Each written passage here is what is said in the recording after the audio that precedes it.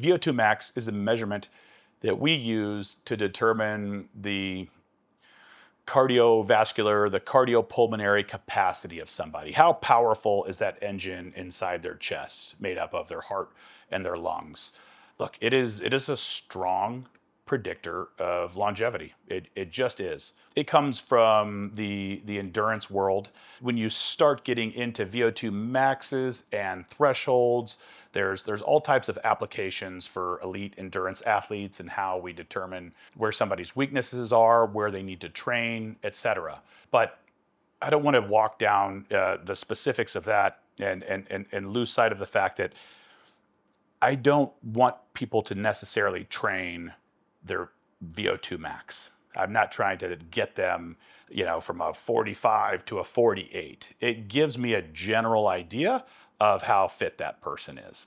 And then I want to find something that person will do repeatedly that hits the principles that will improve their cardiovascular capacity. And then when we measure it again, it'll be bigger, right? Let's not get totally stuck on the VO2 max number, although I do like to have some personal bets with buddies or use them for bragging rights, of course. If we're just talking about the use of this, it gives me a really good idea of where somebody sits. For somebody over 50 or for somebody under 50, I mean, the principles are the same. I mean, regardless. Now, maybe the training methods will differ to be more appropriate for one's age. But I think about it in two parts.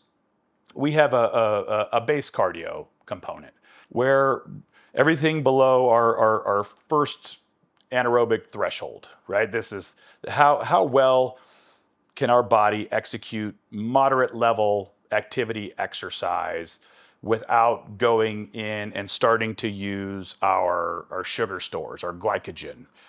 This is where the level of intensity starts to pick up enough to where now we're producing a little bit more lactate. The stress on the system is right at this point to where we're going to say everything before this is moderate, kind of easy cardio. That's the stuff that doesn't stress our system out. That's the stuff that we can do all day and we should do every day. There's that component of that. We need a lot of that time. And so we need a lot of zone 2 to train that up. And when we have this robust aerobic base from doing all that type of work, we then take a look at the anaerobic or this peak type threshold that we have. These are the things that we do to improve this are, high intensity intervals, things like the Norwegian 4x4 that people talk about. But as far as the concept, we need to walk and do a lot of zone 2. We also need to sprint or the equivalent every once in a while. And by developing these two systems, whether it's from directed exercise on a treadmill or because you're hiking and doing some other type of sport activity that provides the sprints, but it's the combination of these things together that build this VO2 and get it to a place where we would want.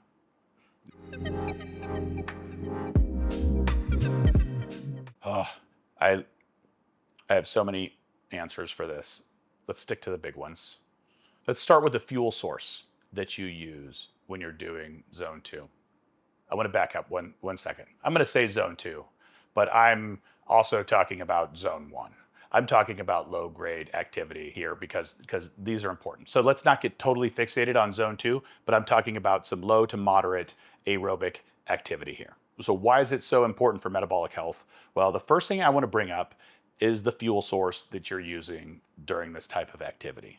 Our body is generally using fat or carbohydrates or some mix of the two for our energy. Now, when we're at rest and we're at low intensities, our body tends to use more fat as its energy source. So the more time that we spend in these low intensities with our body using fat for its energy, it wants to adapt, and it will adapt, and it will get better and better and better at burning fat during this intensity. And so as we're going back and using fat for fuel that we stored a long time ago, we're going to start to see a lot of those benefits that we're looking for: the reduction in the visceral fat, the drop in the body fat. This makes more room for the carbohydrates and the sugar to get stored in your body in the future, and thus your blood sugar control is better, right? It improves. So there's a whole path behind this, and it is just this fundamental cornerstone to improving somebody's metabolic health, which is that primary risk factor for cardiovascular disease. So it's the fuel source. It's getting better at burning fat for fuel and improving the metabolic health, which is by far and away the biggest impact that it has on that. One thing we notice in fit people is that their heart tissue has undergone what we call cardiac remodeling, right? Where the heart adapts. It changes the formation of its tissue to become a more efficient pump. And we know that this is more prevalent after people have been executing years and years of this low volume or low intensity, high volume amounts of cardiovascular exercise. And so it's with this type of exercise that we actually even get a more efficient heart. The improvement in blood sugar is super important. Just the overall improvement in inflammation, the improvement that people have in their sleep. It seems silly sometimes to list out all these tiny little benefits that are really just the kind of entire system of the body working better and in harmony. Really just kind of points to so many different things that improve in the system from zone 2.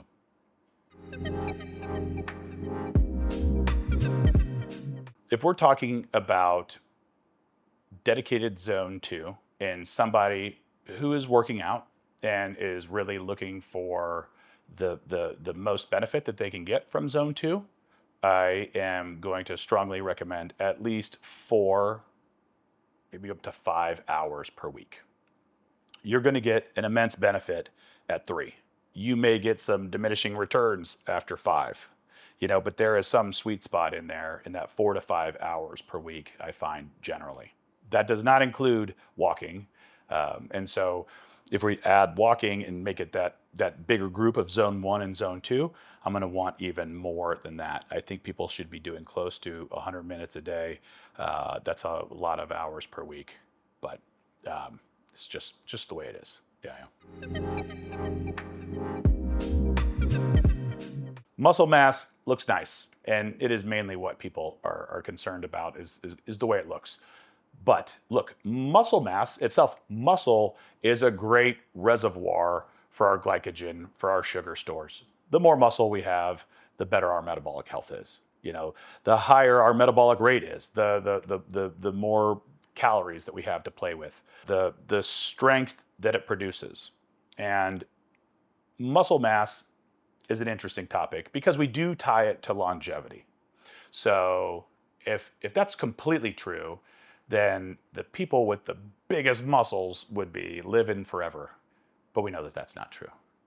Maybe because the people with the biggest muscles are like the ultimate warrior and doing all types of anabolic steroids. But even the ones not doing anabolic steroids, it's not true that the people in the 90th percentile of muscle mass are the ones living the longest. We like muscle mass because it correlates with strength. And strength is something where we can see how that really benefits us long term. Prevents injuries, falls, the time in our life when we get past our 70s, where the environment and our safety is determined a lot more by our ability to catch ourselves and control our movements. We often look at muscle mass as a surrogate for strength, when oftentimes you see people in the middle range for their muscle mass, the 90th percentile for their strength. I'm pretty satisfied with that. Preserving muscle it's critical at any age. It's just that the body is going to be more forgiving when you're younger and your hormones are in a much better spot and you're able to respond much quicker to the exercise that you do. So as those things start to slow down, definitely after 30, more so even after 40, is when it starts to become a lot more important. And honestly, I think this is even in your 30s when that muscle mass starts to come down. The majority of that is coming from the change in your daily activities, life getting in the way, and just people doing less physical activity in general. So, I mean, the habits need to come in there to really prevent that.